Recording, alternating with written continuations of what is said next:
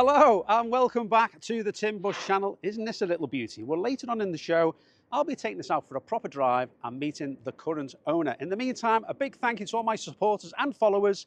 And if you're new to the channel, don't forget to subscribe and hit that notification icon, because this summer I have some fantastic cars to review, and I really do mean some fantastic cars. It really would be a shame to miss out. Right, I want to take you back to the summer of 1977. I was 8 years old. I know that's hard to believe, but it is true. And I went to the cinema to watch the latest James Bond film, which was The Spy Who Loved Me, starring Roger Moore. Actually, there were 3 stars in this film. One was Roger Moore, obviously, as James Bond. There was Jaws, the giant assassin with the steel teeth. But for me, as an 8-year-old boy, the real star of that film was James Bond's white Lotus Esprit. Yes, such a cool car. Yes, it could blow up helicopters with rockets. It could avoid chasing bad guys with countermeasures, but its real party piece was it could turn into a submarine and drive underwater. Imagine seeing that for the first time as an 8-year-old boy on a big screen with no CGI. Totally blown away, and I wanted one so badly. In the Christmas of that year, I did eventually get one in the way of a Corgi model, complete with miniature firing rockets, and in the new year, a trip to the eye hospital. Owning Esprit is like having a pet tiger.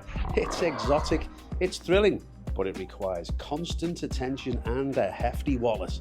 Finding parts is like hunting for buried treasure, and when something inevitably goes wrong, you'll need a mechanic who's part wizard, part miracle worker. Is it worth it? You're damn right.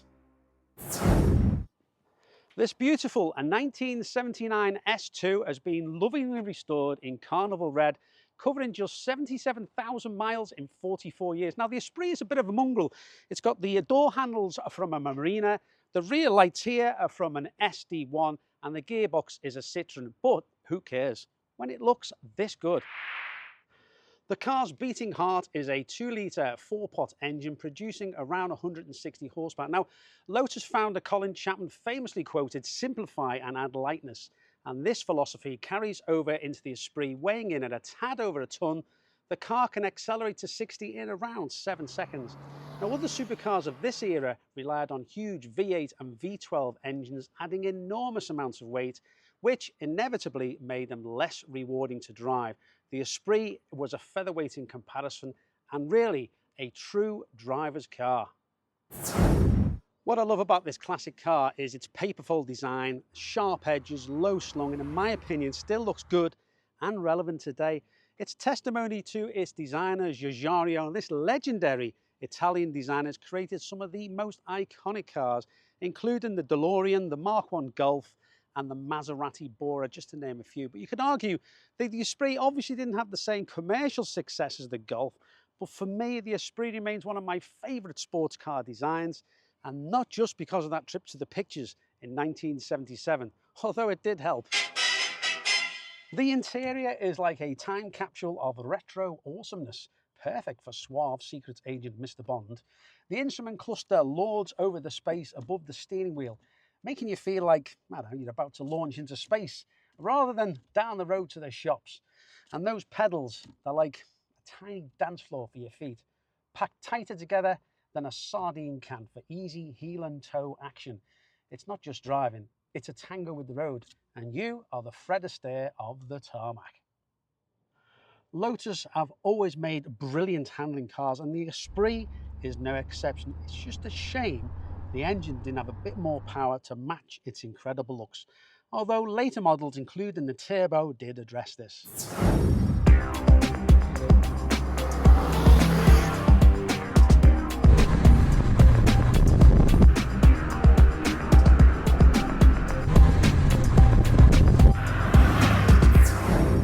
Okay, so now behind the wheel of this fantastic Esprit S2, and I'm with the current owner, Simon. Lovely to meet you, Simon. Pleased to meet you, Tim. Obviously, thanks for letting us drive your wonderful car today. No problem. I've got a bit of a confession to make to you.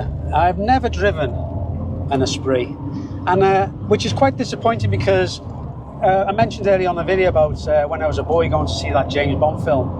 I always wanted one, never driven one. No. So really, I'm fulfilling a bit of a childhood dream for myself, really. And you know what? It hasn't disappointed. People say the car's underpowered. you know, 160 brake horsepower. It doesn't sound like a lot, but you've got to consider that the Americans only got 140 horsepower. That's right, yeah. I think it's because of the emissions, was it something? Yeah, they were strangled with SU carbs, and you know, it was all to do with the smog emissions, which were very prevalent in the 70s. But it's so visceral to drive this car. You know, you lobe down to the ground, you feel faster. You feel like you're going faster than you are because if it's so low slung. The noise of the engine, you know, the pedals are tight together for very humans. much so, yeah. The gear change is really nice, considering it's a Citroen gearbox. You know, it's not bad, is it? It's out behind the engine, so there's a lot of linkages, you know, to get it to shift. But yeah, it's quite smooth. Once you get used to it, it shifts really well. Yeah, it's a shame they didn't make the engine that little bit more powerful to begin with, because it would have been a wheel beater, because it had all the handling and the looks. Just needed that little bit more power, didn't it, really? It got a lot more power when the turbo came along, but also they added a lot of spoilers, and you know, personally I prefer the simple look of the S1 and S2. I think you're right. I think, yes, there's more power in the turbo, of course. But, and that was a 2.2 engine, and they upgraded to a 2.2 engine. Yeah. I think they put the original 2.2 engine, if I'm not mistaken, into a Talbot Sunbeam. That's right, yeah. I think that was that was the test bed, I think, for the engine. Yeah, that's right, yeah. And then they put the turbo on and then stuck it in the new model of this. That's right. Now, they didn't make many of the S2, did they? Just over 1,000. I think it's 1,018 or something like that. But they didn't make too many of them between 1978 and I think it was 81. And I do like the colour of this one. Carnival Red, is it called? Carnival Red, yeah. Yes, it's stunning. It really stands out, doesn't it? I know everybody wants the white one. I get that. But no, I like this. It's really cool. I must admit, it would have been a white or a red one for me.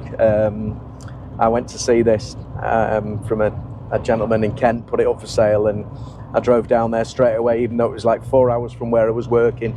I arrived nearly 10 o'clock at night and basically saw it, fell in love with it, and immediately there and then said I was having it. Oh, I don't blame you. Yeah. The car is really clean. I've seen a lot of interiors on the Esprit, and the inside's really tatty. Yeah. And then the headlining's really poor. Yeah, the later ones used a ruched material, and it's really not aged well. The seats were pleated, and I think when they were new, they looked very 70s, but as they've got older and grubbier, they don't scrub up as well as the earlier ones. Very retro looking. I'm just coming to a roundabout now, so I'm just going to test the handling, because we've got no power steering with the car, obviously. Nope. Which is not a bad thing. I mean, at speed you're okay. It's when you're parking that you struggle with these things. Yeah, that's right. Difficult to park. Visibility's not fantastic either, but you know, it's a supercar of sorts. Yeah. Well, that's what it was. It was Chapman's supercar, wasn't it? That's right. Yeah. His breakaway supercar after all his success on the racetrack. He wanted something to compete with the Ferraris and the Lamborghinis in this world. You know, that was basically it. He wanted something to show the big Italian manufacturers, you know, that he could do it as well. And commercially, it probably never got there. But from looks point of view, I always think it stands up as well as any Ferrari or any, you know, Lamborghini of the time. But I absolutely agree with you 100%. I love this car design, and as I said earlier on in the video, it's not because, well, it might be because of watching the James Bond film, because I think it had an influence, massive influence. I mean, what a brilliant piece of product placement that was. Yeah, I believe they parked an Esprit outside Pinewood Studios and left it there, and it was left there for days until they relented and said, okay, let's have a look at it. Yeah, and I'm aware of that story. I think we're going to put it in the film, So, I mean, that was a great bit of product placement, and I'm pretty sure they sold a lot more of them because of that. Yeah, and I had the little model toy. Yeah. Like a lot of people of my age had in the day, you know. Yeah. And, you know, you're playing on the living room carpet, dreaming about driving one for yourself. And now look, I'm here, driving one. That was the same for me. You know, I was a similar age to you, Tim, when the film came out, and it definitely had an effect. And it was years and years later, you know, really only last year, and I thought, you know what, I'm going to get one. And I was really lucky when this one came up, because it is clean and it's everything to me. I really enjoy driving it. Right, so I'm just going to put my foot down just to feel. I know it's just so I can experience that 160 brake horsepower, 2 litre, 4-pot, getting the revs up. Yeah, it does like to be revved. I'm just going to put the anchors on, see what they're like. I mean, they're not brilliant, are they? No, they're of the age, I'd say. Inboard brakes on the rear, inboard discs. and you know, it's this all round, but yeah, I think an upgrade might be coming.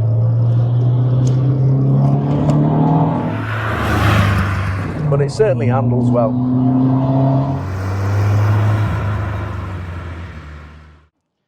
Wow, what an incredible day driving this incredible car, the Lotus Esprit S2.